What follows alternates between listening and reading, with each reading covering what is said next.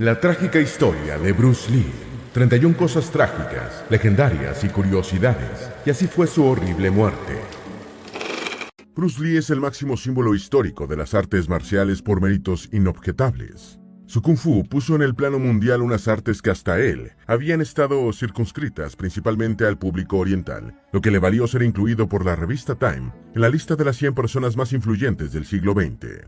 Su película Enter the Dragon, o Operación Dragón, es el máximo ícono cinematográfico de las artes marciales, y fue preservada por el gobierno de Estados Unidos como un bien de importancia cultural.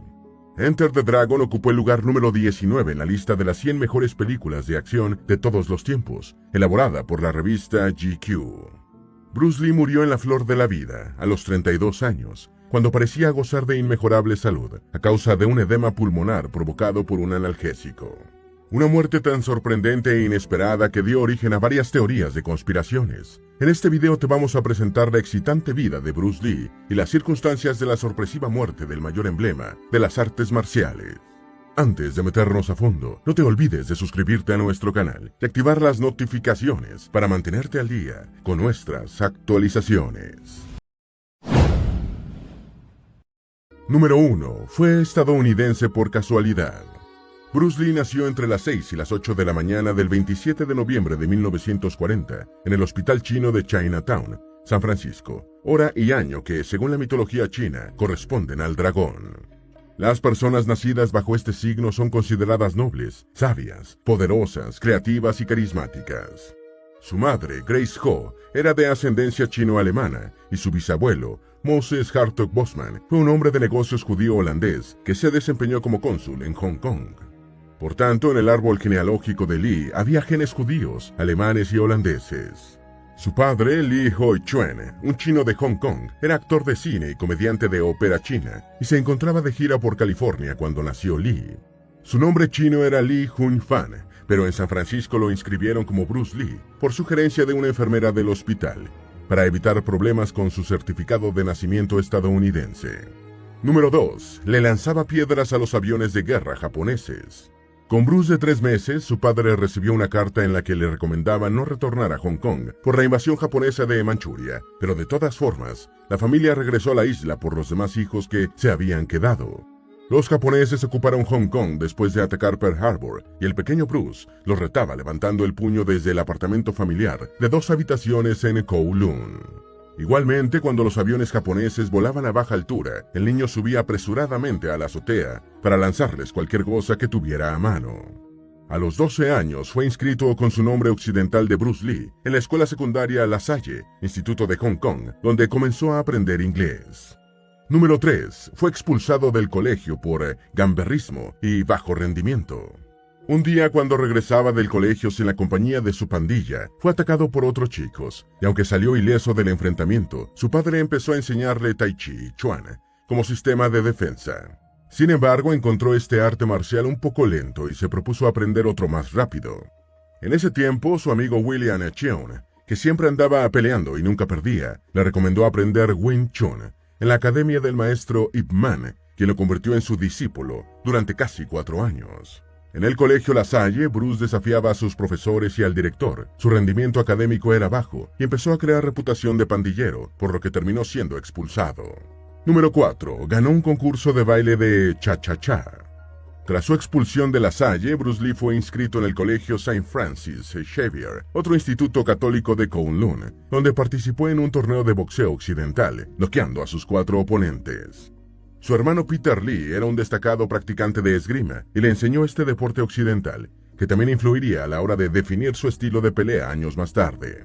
Mientras practicaba Wing Chun, Bruce se apuntó en unas clases de baile y más adelante ganó un concurso de cha-cha-cha, estilo basado en un ritmo musical cubano que se popularizó en todo el mundo durante la década de 1950. Esta experiencia estética acercó a Lee al campo de la expresión artística en las artes marciales. Número 5. Fue enviado a Estados Unidos para sacarlo de su vida violenta en Hong Kong. A comienzos de 1959, una escuela hongkonesa de Kung Fu retó a la de Ip Man a una serie de combates, que se realizaron en la azotea de un edificio residencial. Bruce recibió un golpe ilegal que le lastimó un ojo, pero se repuso para destrozar a su oponente, dejándolo inconsciente. Los padres de su rival denunciaron el episodio a la policía y Bruce fue retenido en la estación hasta que su madre fue por él. A estas alturas, los padres de Lee estaban muy preocupados por la tendencia a la violencia de su hijo y decidieron enviarlo a Estados Unidos, donde ya se encontraba Agnes Lee, hermana mayor de Bruce. Número 6. Fue profesor de baile de cha-cha-cha durante su viaje a Estados Unidos. Bruce Lee abandonó Hong Kong rumbo a San Francisco en un vapor de la American President's Line el 29 de abril de 1959, con 18 años de edad y $100 en la billetera.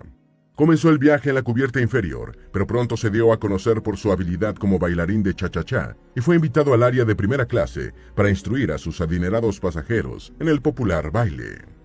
Al llegar a San Francisco, Lee gestionó la nacionalidad a la que tenía derecho por haber nacido en Estados Unidos, y después se fue a Seattle, Washington, a trabajar y a residir en el restaurante de Ruby Chow, una amiga de la familia. Número 7. Obtuvo un título en filosofía en la Universidad de Washington.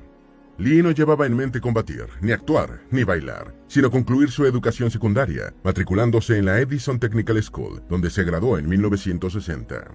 Después estudió filosofía, drama y psicología en la Universidad de Washington entre 1961 y 1964. Durante sus 4 años universitarios, Lee ganó la mayor parte de sus ingresos dando clases de Wing Chun en parques públicos, garage y en una habitación sin ventanas que le prestaba Ruby Chow. Se relacionó con otros chinos que practicaban estilos de artes marciales del norte de China, en los que predominaba el uso de las piernas, lo que Lee casi desconocía, por el bajo nivel de uso de las extremidades inferiores en el Wing Chun. Número 8. Conoció a James Jim Lee por intermedio de su amigo Jesse Glover. En ese tiempo conoció a Jesse Glover, que sería uno de sus mejores amigos en Seattle. Lee aceptó una propuesta de su nuevo amigo para ser su instructor y comenzaron en la sala comedor del apartamento de Glover. Glover poseía conocimientos de Kung Fu, aprendidos de un libro, ya que nunca había entrenado con un maestro de artes marciales, y Lee le pidió que se lo mostrara. El libro resultó ser sobre el estilo de la familia Hung, que Lee había practicado en Hong Kong. El autor del libro era James Jim Lee, al que los amigos visitaron en su domicilio de Oakland, encuentro que sería determinante en el futuro de Bruce Lee. Número 9. Aprendió nuevas técnicas con Wally Jay. En Seattle, Lee aceptó a un nuevo pupilo, Ed Hart, compañero de residencia de Glover, y después el número de alumnos fue creciendo, por lo que sus amigos le sugirieron que aumentara la tarifa y que buscara una sala de entrenamiento más grande. En esos días, Lee conoció al japonés Taki Kimura, judoka, cinturón negro, quien después sería su primer instructor asistente en el instituto, Hun Fan Kung Fu, nombre que dio a su sala de entrenamiento. Hun Fan era el nombre chino de Lee, mientras que Kung Fu es sinónimo de Kung Fu, por lo que el nombre equivalía a Kung Fu de Bruce Lee. En casa de James Jim Lee, Bruce conoció a Wally Jay, con quien intercambió conocimientos y aprendió algunas técnicas de sumisión y luxación. Número 10. En casa de James conoció a Ed Parker, quien después le abriría las puertas de Hollywood. James tenía su garage de Oakland abarrotado de equipos de entrenamiento que él mismo había inventado, y Lee los utilizó para entrenar y ofreció algunas sugerencias para mejorarlos. En una de sus visitas a James, Lee conoció a Ralph Castro y Ed Parker, quienes llegarían a ser famosos artistas de las artes marciales en Estados Unidos. Lee entrenó con ellos, ganándose su respeto, y tiempo después Parker le abriría las puertas de Hollywood a Bruce.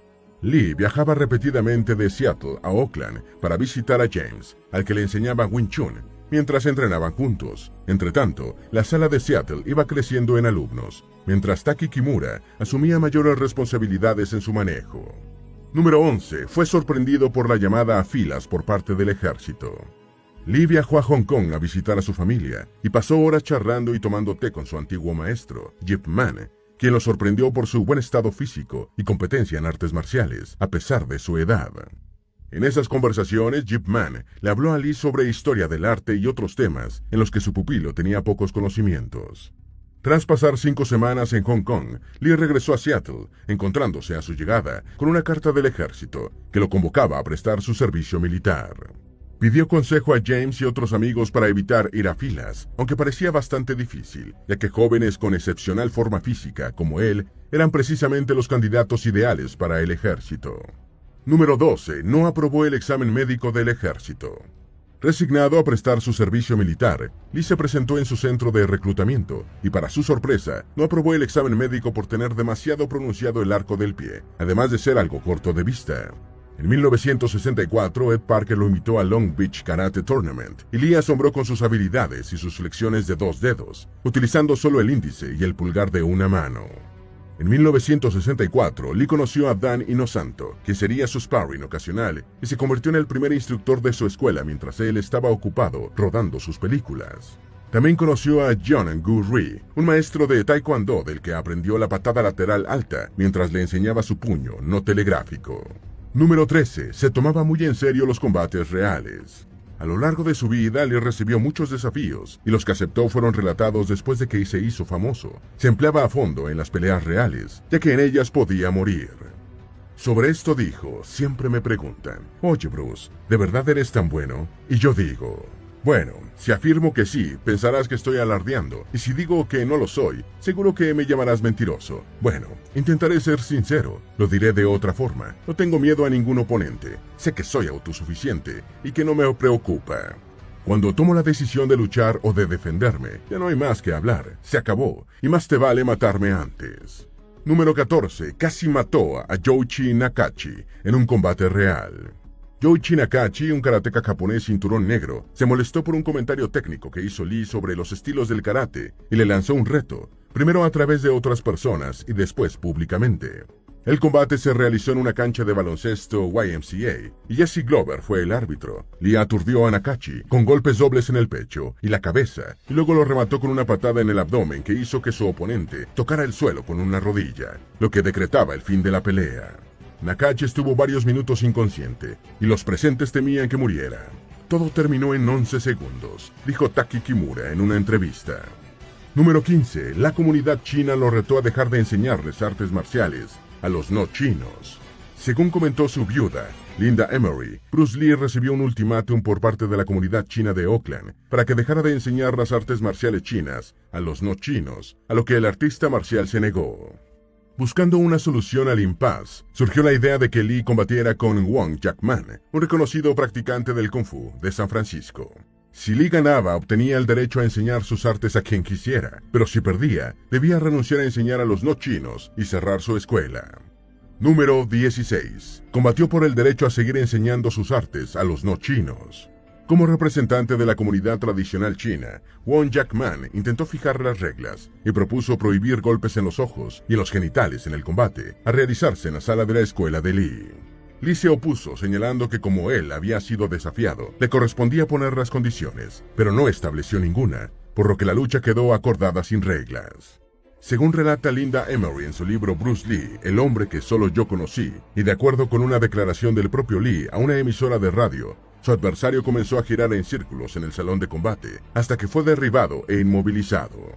Lee le preguntó 3 veces, ¿es suficiente?, en idioma cantonés, y Wong contestó, sí, es suficiente. Número 17. Incorporó técnicas que le permitieron definir su propio estilo de combate. Tras la pelea con Wong Jackman, Lee terminó exhausto y quedó disconforme por el mucho tiempo que su rival se había mantenido en pie, concluyendo que necesitaba ajustar su programa de entrenamiento para mejorar su condición física y aumentar su resistencia. Igualmente enriqueció su Kung Fu con nuevas técnicas para defenderse contra golpes circulares y añadió una amplia gama de desplazamientos. También comenzó a fortalecer sus puños golpeando sacos llenos de arena dura y piedras. Con todas estas modificaciones iba alejándose del Wing Chun tradicional y definiendo su propio estilo personal de combatir. Número 18. Apareció en su primera película a los 2 meses de nacido. La primera aparición cinematográfica de Bruce Lee se produjo en la película Golden Gate Girl, rodada en San Francisco en 1940, cuando apenas era un recién nacido, y estrenada al año siguiente. Después rodó una veintena de películas, figurando casi siempre con el nombre artístico Lee Sui Lung, que significa Pequeño Dragón Lee, y que adoptó por primera vez en 1948 en la producción La riqueza es como un sueño, cuando su padre, actor de películas cantonesas, lo introdujo en el cine. Trabajó con su padre en la película de 1950, The Kid, pero curiosamente no aparece junto a él en ninguna escena. Número 19. Recibió una oferta de $500,000 por Enter the Dragon. A mediados de 1971, Lee visitó Hong Kong y quedó gratamente sorprendido por la popularidad de la serie El Avispón Verde, que había grabado algunos años atrás.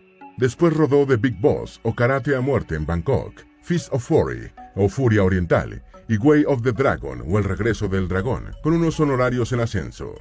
Días después del estreno de The Way of the Dragon, recibió una oferta de $500,000 de la Warner Brothers para ser el actor principal y codirector de las escenas de combate de The Enter the Dragon, película que lo consolidó como el símbolo mundial de las artes marciales. Número 20. Operación Dragón lo convirtió en un mito mundial. Enter the Dragon, proyectada en español como Operación Dragón, fue una película icónica en varios aspectos. Es considerada la máxima joya del cine de artes marciales, y elevó la consideración de un género que era tenido como de segunda, o solo para el público de origen oriental, chinos, japoneses, coreanos y algunos otros. Operación Dragón llevó a las salas de cine a miles de espectadores que no sabían distinguir entre un arte marcial y otro, y fue la primera película del género realizada por un gran estudio cinematográfico. Además, la película se rodó durante los últimos meses de la vida de Lee y se estrenó 6 días después de su muerte. Número 21. Su rapidez derrotó a la mejor tecnología cinematográfica de su época. Enter the Dragon dejó algunas curiosidades para la historia. Jackie Chan, Yuen Biao y Sammo Hung, futuras celebridades de las artes marciales, participaron como extras. En un medio en el que la tecnología suele arrollar a la acción humana, los realizadores tuvieron que repetir algunas escenas porque las patadas de Lee eran tan rápidas que no podían ser filmadas adecuadamente por las cámaras de la época. Otro problema técnico fue la rapidez de su golpe, que solo demoraba 5 centésimas de segundo a 1 metro de distancia. Número 22. Era un entrenador muy caro. Si bien Bruce Lee comenzó cobrando tarifas modestas en su escuela de artes marciales, que aumentaba a sugerencia de sus amigos, con la fama se puso algo caro. En la década de 1960 llegó a cobrar $275 por hora, una tarifa que no estaba al alcance de mucha gente y que a la fecha actual sería de más de $2.500.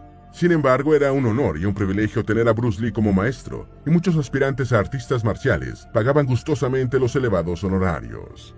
En su defensa hay que decir que no intentó lucrarse en exceso masificando las clases.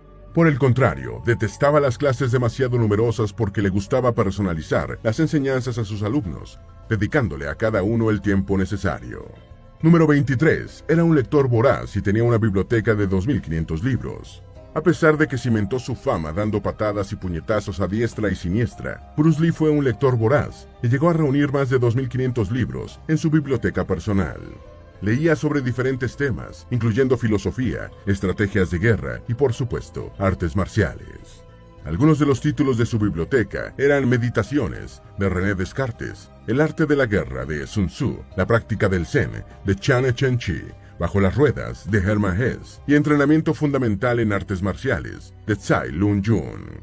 Número 24. Murió a los 32 años, aparentemente de un edema pulmonar. Cuando el mundo supo que Bruce Lee había muerto repentinamente en Kowloon, Hong Kong, el 20 de julio de 1973, quedó absolutamente incrédulo. Lee estaba en la flor de la vida a sus 32 años y aparentemente gozaba de una salud y un estado de forma extraordinarios. La causa oficial de muerte fue un edema pulmonar provocado por un analgésico al que era alérgico. Lee seguía un régimen de entrenamiento extremo con el que ni siquiera sus colegas de la élite de las artes marciales podían mantenerse al día, y sus fanáticos de todo el mundo no podían dar credibilidad a una muerte tan banal y sin épica. Número 25. La gente no podía creer en su muerte por tomar una pastilla para el dolor de cabeza. El forense ordenó una autopsia del cadáver de Lee ante la ausencia de evidencias externas que pudieran orientar sobre la causa de su muerte. Tras la autopsia, la conclusión fue que el analgésico Equagesic que Lee ingirió antes de morir le provocó la inflamación cerebral. El analgésico era un medicamento estándar consumido por millones de personas en todo el mundo y del que no se sabía que hubiera tenido efectos tan adversos en otros consumidores. Este hecho y la óptima forma física de Lee afirmaron a muchos de sus admiradores en la duda de si algo tan simple como tomar una pastilla para el dolor de cabeza podía tener efectos tan devastadores. Número 26. Se desmayó en el set de cine 10 semanas antes de morir. La supuesta salud de hierro de Lee puede que haya sido solo apariencia. Según una versión, el artista marcial fue hospitalizado 10 semanas antes de morir, cuando se desmayó durante el rodaje de la película Enter the Dragon. De acuerdo con esta historia, Lee entró a la sala de doblaje para volver a grabar un diálogo, y los técnicos apagaron el aire acondicionado para que su ruido no afectara la banda sonora. Después de media hora en un ambiente casi de sauna, Lee se desmayó y fue llevado de urgencia al hospital. Este desmayo habría sido una señal de advertencia de que todo no andaba bien para Bruce Lee. Número 27. A pesar de su buena apariencia, tenía un problema de salud subyacente. A raíz de su hospitalización, los médicos le diagnosticaron a Lee un edema cerebral, una inflamación del cerebro que le ocasionaba cefaleas muy dolorosas y convulsiones. Los médicos lo trataron con el medicamento manitol y Lee mejoró, recibiendo el alta hospitalaria unos días después, aproximadamente 2 meses antes de su muerte. Visto en retrospectiva, este incidente puso en serio peligro su vida y fue una indicación de que Lee arrastraba un problema de salud subyacente que se desarrolló por completo el día de su muerte tras ingerir el analgésico. Número 28. Todo parecía normal el día de su muerte. El día de su muerte, Lee trabajó con normalidad en la mañana con el productor Raymond Chow, quien no observó nada fuera de lo común en su comportamiento. Chow relató que Lee estuvo enérgico y entusiasta, como siempre. Después, Lee fue al apartamento de su amiga, la actriz Betty Ting Pei, con quien se especulaba que sostenía una relación mucho más que profesional. Lee se quejó de un dolor de cabeza y se acostó después de tomarse el Equagesic. Cuando Betty intentó despertarlo sin éxito, llamó a Chow, quien tampoco pudo hacerlo volver en sí, y llamó a un médico. El médico tampoco pudo reanimarlo y llamó a una ambulancia, pero Lee murió antes de ingresar al hospital. Número 29. Surgieron varias teorías de conspiraciones sobre su muerte. Una teoría sostiene que un grupo de colegas de Lee no le perdonaban que estuviera enseñando las artes marciales tradicionales a blancos caucásicos y a otras personas no chinas, por lo que decidieron matarlo. Algunos sostienen que fue asesinado por ninjas y otros postulan que el crimen lo perpetró el Din Mak, un mítico movimiento que supuestamente mata con un solo y letal golpe. Igualmente se ha postulado que Lee fue asesinado por no plegarse a la triada, la brutal mafia china asentada en Hong Kong. Número 30. Incluso se ha dicho que murió por una maldición familiar. Otra teoría sobre la muerte de Bruce Lee señala que ocurrió por una maldición familiar. Esta superstición cobró fuerza a raíz de las insólitas circunstancias de la muerte de su hijo Brandon Lee. Al igual que su padre, Brandon Lee, nacido en Oakland en 1965, se sintió atraído por el cine y aunque practicaba las artes marciales, prefería las motocicletas y tocar guitarra. Inició su carrera cinematográfica a mediados de la década de 1980 y en 1999 se encontraba rodando la película El Cuervo, cuando fue impactado por una bala que no era de fogueo sino verdadera, que lo mató. Número 31. Un estudio de 2022 lanzó la teoría de que murió de hiponatremia. Cuando ya se pensaba que la muerte de Bruce Lee era un insólito caso cerrado, en 2022, un grupo de expertos volvió a revisar las evidencias, publicando sus conclusiones en un artículo en el Clinical Kidney Journal y lanzando la hipótesis de que el deceso del artista marcial pudo haber sido por hiponatremia. La hiponatremia es una baja concentración de sodio en la sangre, cuyos síntomas incluyen dolor de cabeza, dificultad para pensar, náuseas, pérdida del equilibrio y convulsiones, siendo una condición potencialmente mortal. Puede ocurrir por hipotiroidismo, insuficiencia suprarrenal y por ingerir una gran cantidad de líquidos, como agua y cerveza. Según este informe, Lee habría muerto por retener una gran cantidad de líquido que no pudo excretar. Los autores dicen, proponemos que la incapacidad del riñón para excretar el exceso de agua mató a Bruce Lee. Bruce Lee es uno de esos personajes irrepetibles por su carisma y disciplina, pero sobre todo por haber llevado a otro nivel las artes marciales que practicó y que lo convirtieron en un mito.